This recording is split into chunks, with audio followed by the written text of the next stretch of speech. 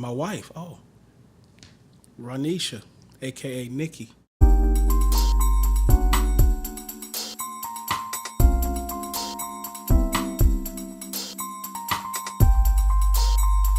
Every woman should feel beautiful, feel beautiful, feel beautiful, feel beautiful.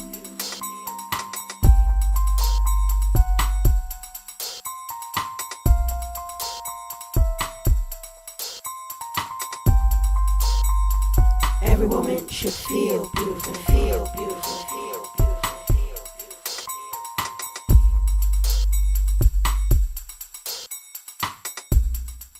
On last week's episode, one of my diamonds, her name is Mashallah.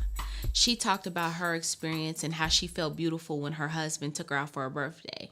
Now I shared a little bit of that, but I want to share with you just a bit more. About 2 years ago on my birthday, my husband had dropped me off to the salon, then later picked me up and took me to a local department store where I had a fabulous makeover.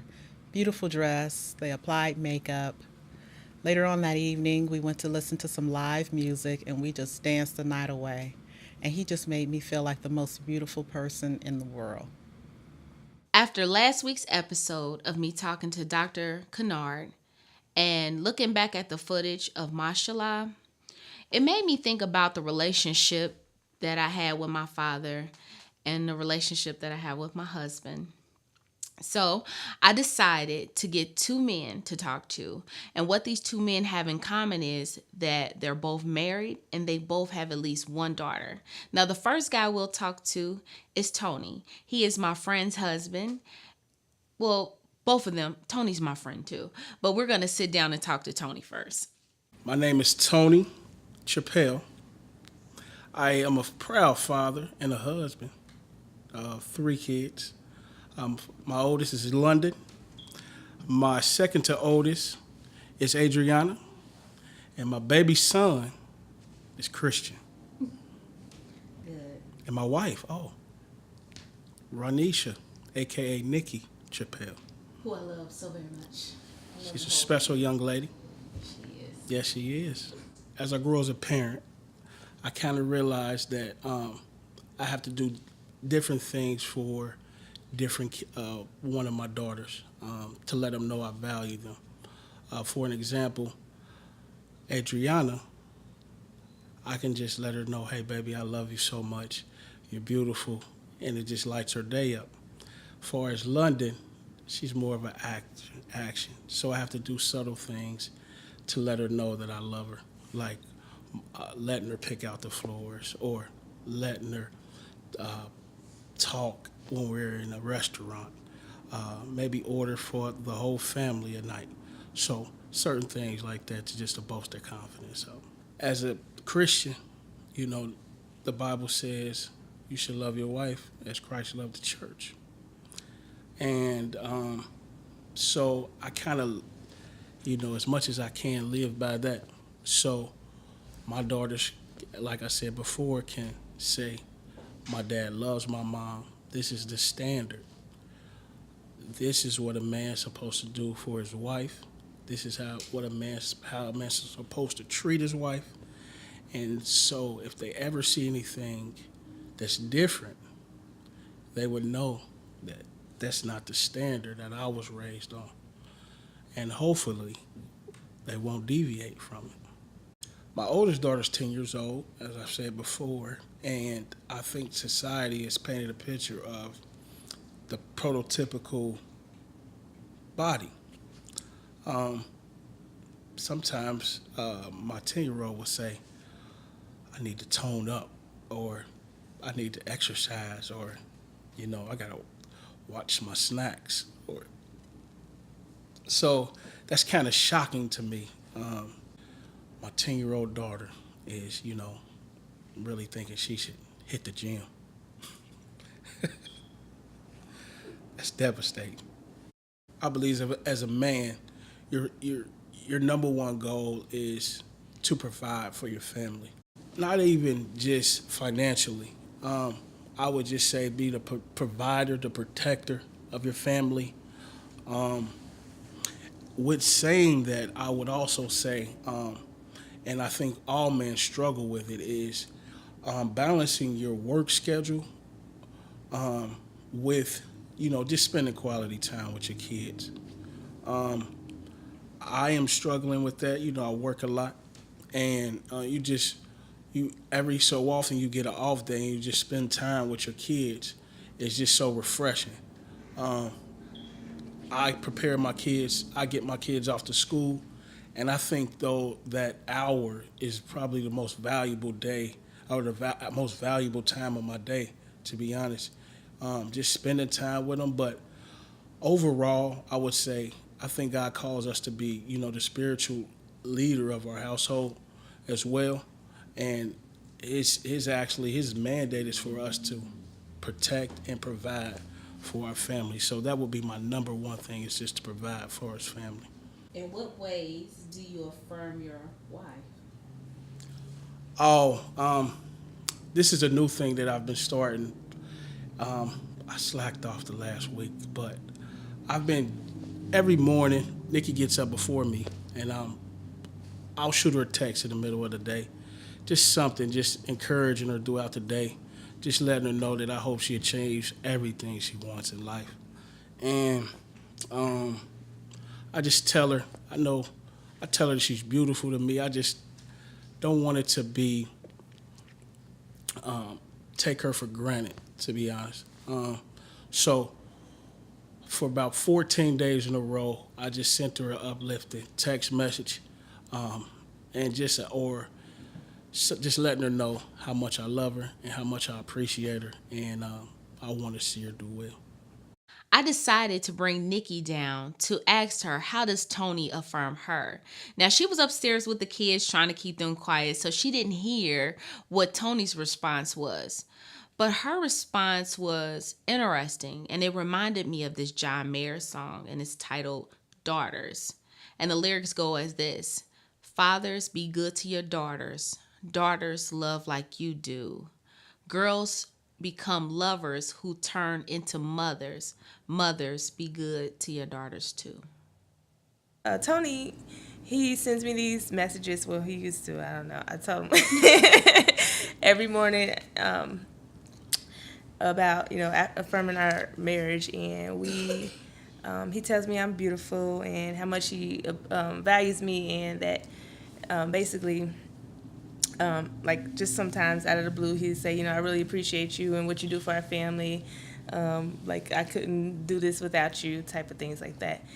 And that really boosts my confidence, because sometimes, a woman, we're ripping and running, doing everything for the kids, and we feel like our work goes unnoticed. So that's really, I really like when he does that for me. And even like if he puts something up on Facebook, just to kind of show the world, I love my wife, and that's really. I really enjoy that as well. So I had a great relationship with my father. To just lay it all out there. My mom didn't raise me, but my dad, he helped raise me. It was like my aunt and my grandma, and then my dad towards the latter part of my adolescent years. So I had a great relationship with him. I know he loved me, and things like that. He would tell me he loved me and stuff. But I did realize, as I got older, that I didn't have that motherly type of love. So that's different, because when you're trying to, raise your daughters and stuff, you don't have that nurturing type thing, because I didn't learn that from her. So I kind of had to, go deep into prayer about it. And when I realized, I didn't really have that nurturing thing as a mother, because I didn't have that. But a dad can only do so much, I feel like. But I think he did a great job, letting me know, you're beautiful, I love you. But like I said, the mothering thing is just it's something I'm working on too, to help affirm my daughters, because of what I lacked in my childhood. But yes, my dad, he was a great guy, and I kind of look for that quality, in my husband. So yeah. Sometimes, like when I'm down, I get down. My dad passed away, so I get down about that in my family. Just the things that we go through. And then Tony sees me, cry a whole lot, and he's always there to, kind of in a masculine way to nurture me, you know what I'm saying? Some things that I won't show other people, he sees, and he's seen me at my worst, and he's always taking care of me, so to speak. And so yeah. Next, I decided to talk to one of Cincinnati's top barbers, Cornelius Bell, aka Corn the Barber. The women in my life, of course, is my wife and my daughter. Mom, stepmom are the main ones, and my sister, stepsister. The main two, of course, are my wife and my beautiful daughter, both of them, my beautiful ladies. The first woman I fell in love with was my mom. So 9 times out of 10, the first male my daughter's going to fall in love with is her dad. If the first guy that she has interaction with doesn't support and affirm how beautiful, how intelligent, how everything she is, it can have a domino effect, or the wrong influence can start it and then change it into something else. If her foundation isn't good on it, then she won't know what the fake looks like. I used to think I wanted a son. I'm so happy I have a daughter. That relationship is just, it's like me and her have an inside joke and nobody else is in on the joke. Saadia, it's her name. She is 14 going on 34. Hilarious, intelligent, smart, sweet, beautiful. A little lady. I can't even call her my little girl anymore. She's a little young lady. She came out and she barely cried. She was like, ah, like, that's it. But it was just emotions I can't explain. It's like happy, sad, scared. Can I do this? No, I have to do it. I mean, it's so many different little things that you go through, and then it's, as the journey goes, it's not like it's a handbook on, okay, in 300 feet you must turn right. My daughter was from a previous relationship. Her mom's name is Angie, and didn't work out between us.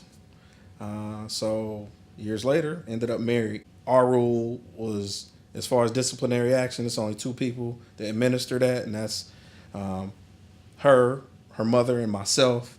So if my wife sees she getting off the hook, she always hit her with, do I need to take you by the barbershop? Or that's all right, when your daddy get home, he gonna handle it.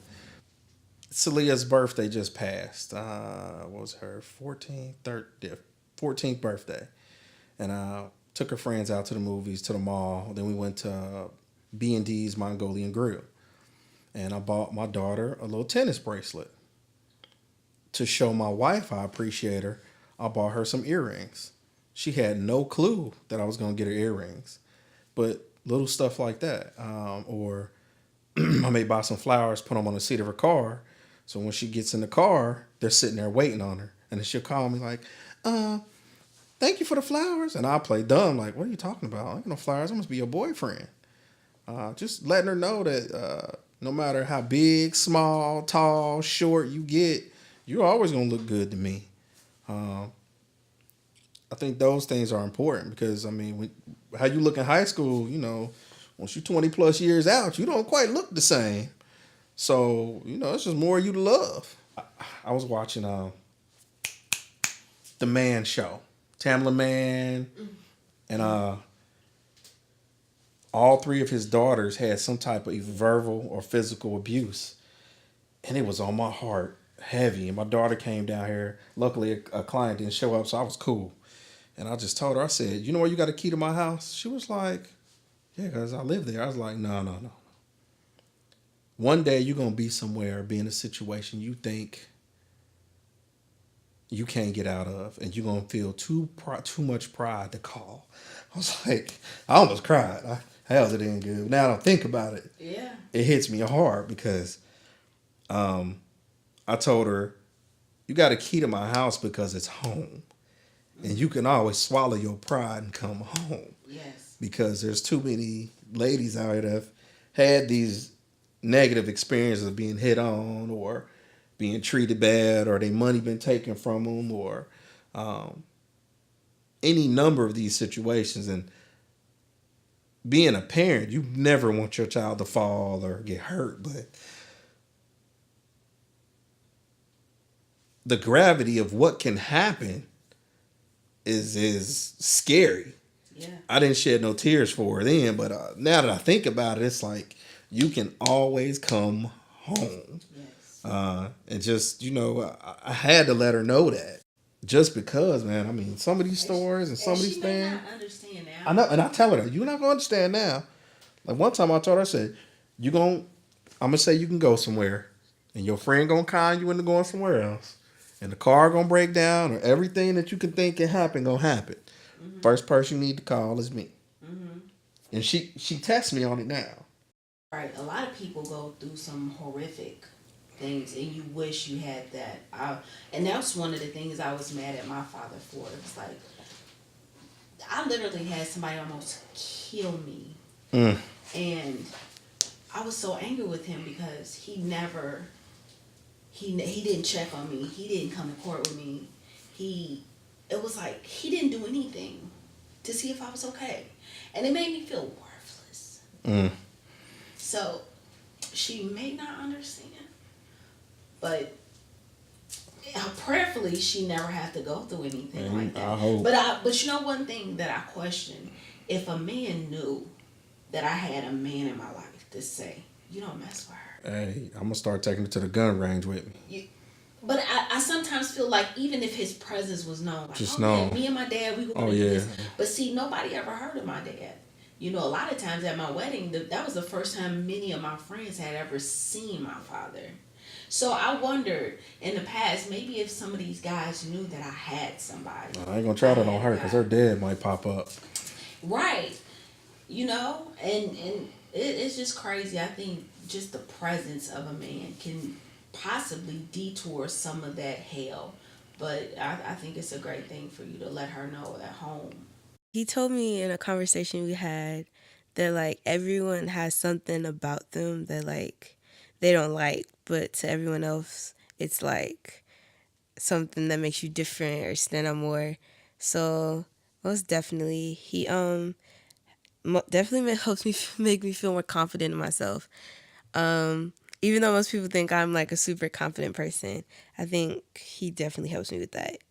Because I can always come to him no matter the situation. So, yeah. Okay. After talking to Tony and Corn, I will tell you, I was smiling. I was so happy. You could feel the love that these men have for the women in their lives. But I will admit there was a part of me that was a little sad, that wished, that I had a father that loved me the way these men love their daughters. You could actually feel the love in the room, in the way they looked, in the way they touched each other. But it's a beautiful thing. I'm happy for them. Next week's episode is the last episode. It is the season finale of the Feel Beautiful series. Now, we will be doing a mirror challenge, and we have 4 people. We actually did it in the rain. And I want you all to make sure you are watching next week because we have a little surprise in store for you.